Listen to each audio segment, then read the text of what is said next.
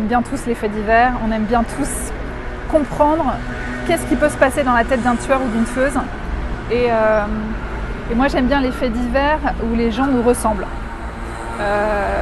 Pour comprendre qu'est-ce qui pousse les gens à passer ce cap de dire qu'à un moment donné tu vas tuer quelqu'un d'autre. Et ça, la psychologie du fait divers m'intéresse vraiment parce que c'est un miroir sur notre propre humanité et qu'est-ce qui fait qu'on passe à l'acte à un moment donné. Les enquêtes sous scellés, ça a commencé de manière très artisanale dans l'arrière-boutique de mon escape game où sur un coup de tête, on s'est lancé dans l'écriture d'un jeu d'enquête avec mon associé. On a fait des préventes sur un site internet qu'on a créé en une semaine. Il y a une petite centaine de personnes qui a dit ok, on préachète, et donc du coup on s'est dit mon Dieu, ça devient réel, donc il faut qu'on crée une enquête. Donc on a imprimé une centaine d'enquêtes qu'on a assemblées dans ma petite arrière-boutique et qu'on a envoyées nous-mêmes par la poste aux gens. Et 4 ans plus tard, maintenant les enquêtes sous scellés, ça ressemble à ça.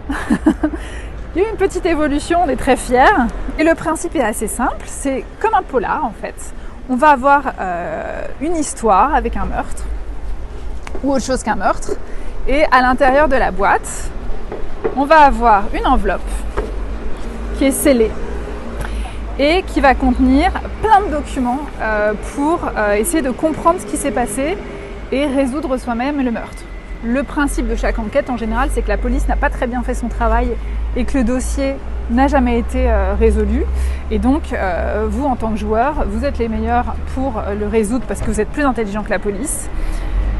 Le principe est assez simple, c'est qu'il faut sortir tous les documents, lire ce qui s'est passé, comprendre l'histoire, comprendre les éventuels suspects, les mobiles, les alibis, et petit à petit en déduire le ou la coupable.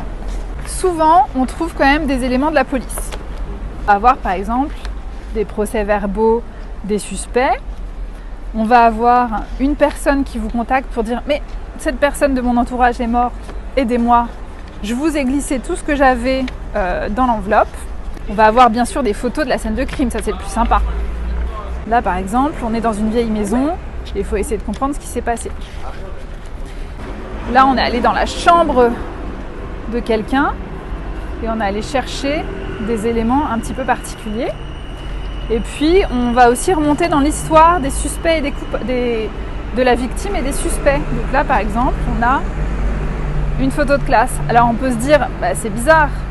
À quoi ça va nous servir ? Ça va nous servir à apprendre plein de choses sur le rapport entre tous ces gens qui gravitent autour d'un meurtre et comprendre qui a pu faire le coup. On espère sortir une nouvelle enquête, soit dans une nouvelle région, parce qu'on fait toujours des enquêtes dans des régions de France différentes, parce que c'est intéressant aussi de s'inspirer du folklore d'une région, soit peut-être dans le passé. On va essayer de voir si on ne peut pas délocaliser un peu nos enquêtes qui se passent souvent en général à l'époque contemporaine. Là, on aimerait peut-être bien en faire une qui s'est passée il y a longtemps.